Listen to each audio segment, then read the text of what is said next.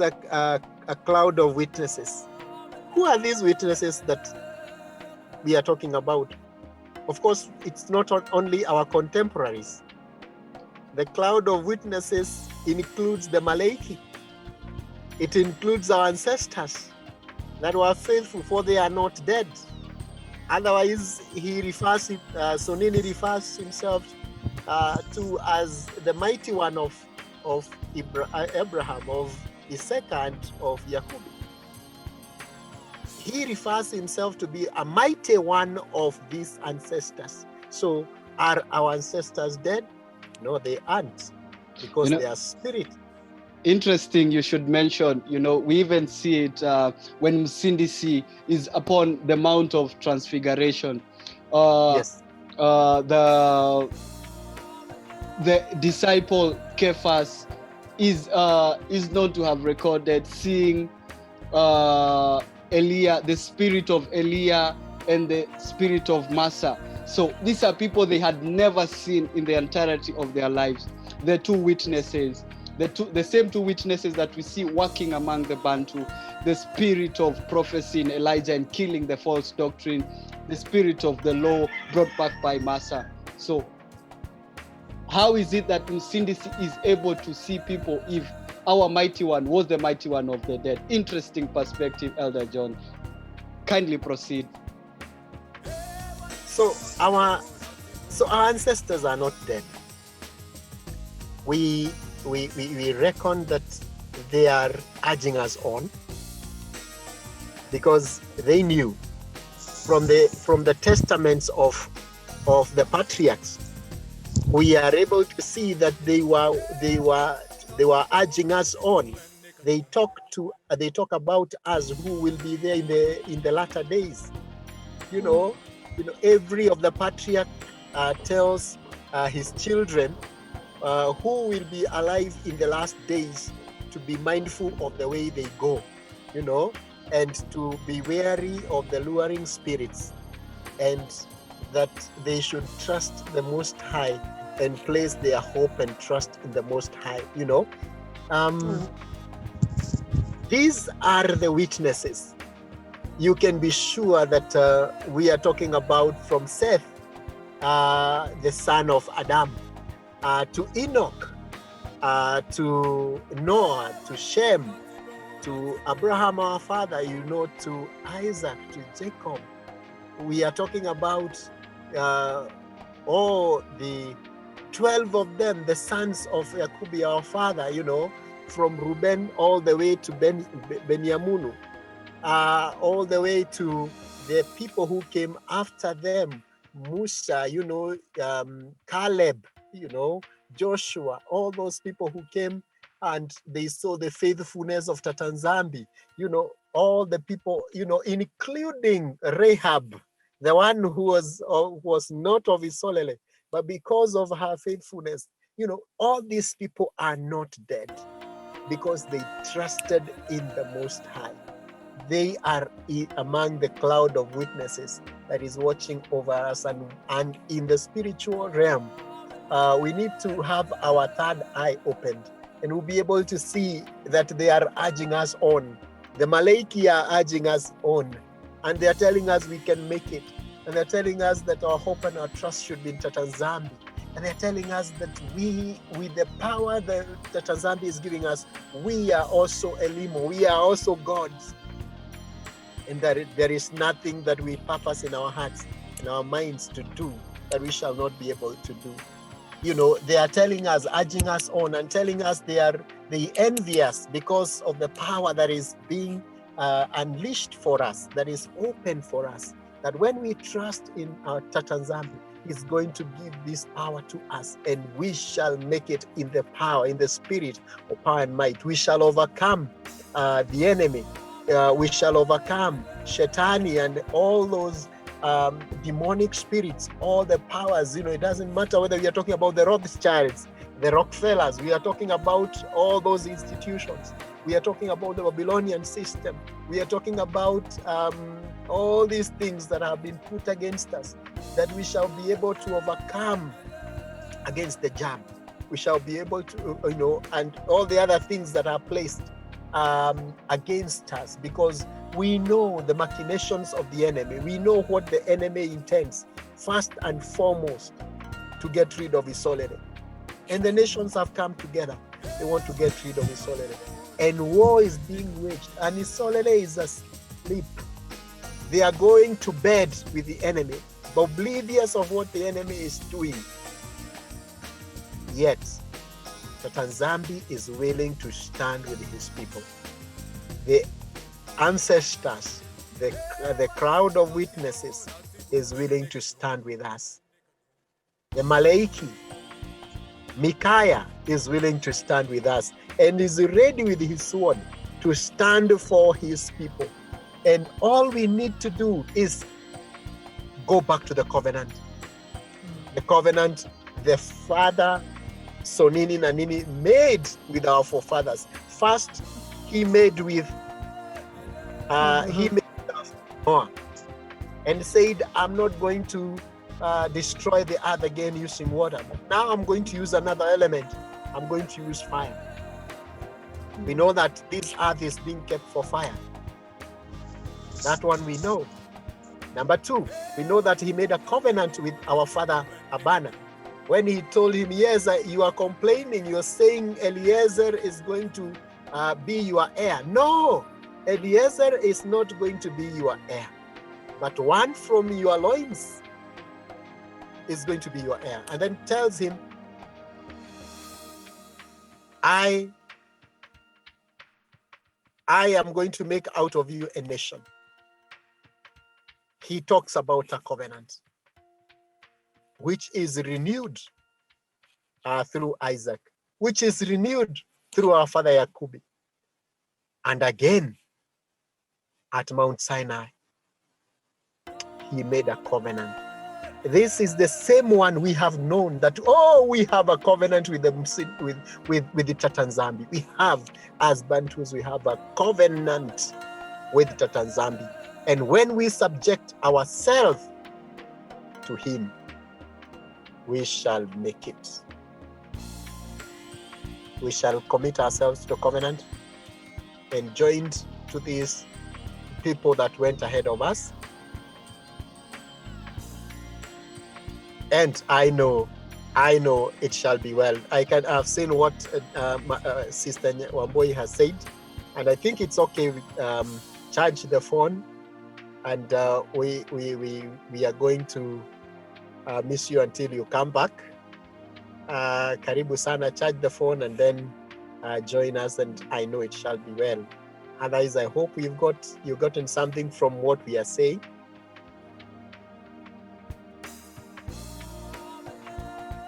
I believe so. Wambui. Yes. Rehoka nĩ harĩ kaũndũ waigua ũmũthĩ, kaũndũ wanyita. Nĩ twaririe maũndũ maingĩ, no rĩmwe nĩ tũthiaga tũkagĩkora tũkĩrikĩra mũndũ akariganĩrwo.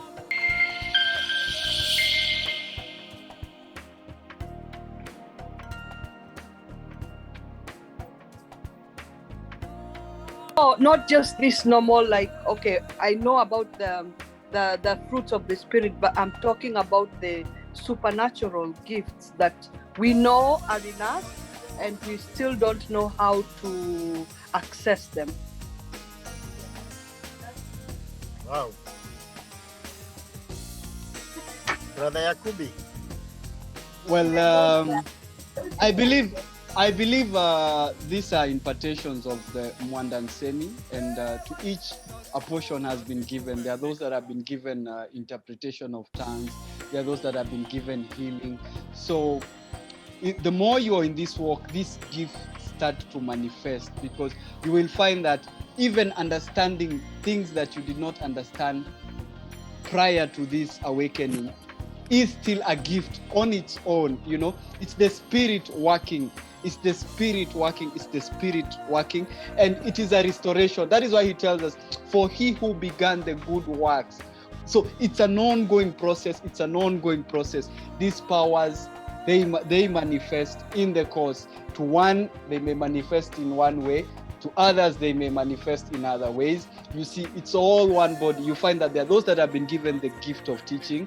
There are those that have been given the gift of singing. You know, it's something we are seeing emerge and come up amongst our brethren and amongst the Bantu. I don't know if that answers your question, my dear sister, but I'll put it to the panel. Now, can I add something? I believe the way to quicken these giftings by Mwandansemi is to be willing to work, is to be willing to move forward and fulfill your purpose. Remember, let me take, for example, the Most High has been using me in the area of dreams, even prior to the awakening.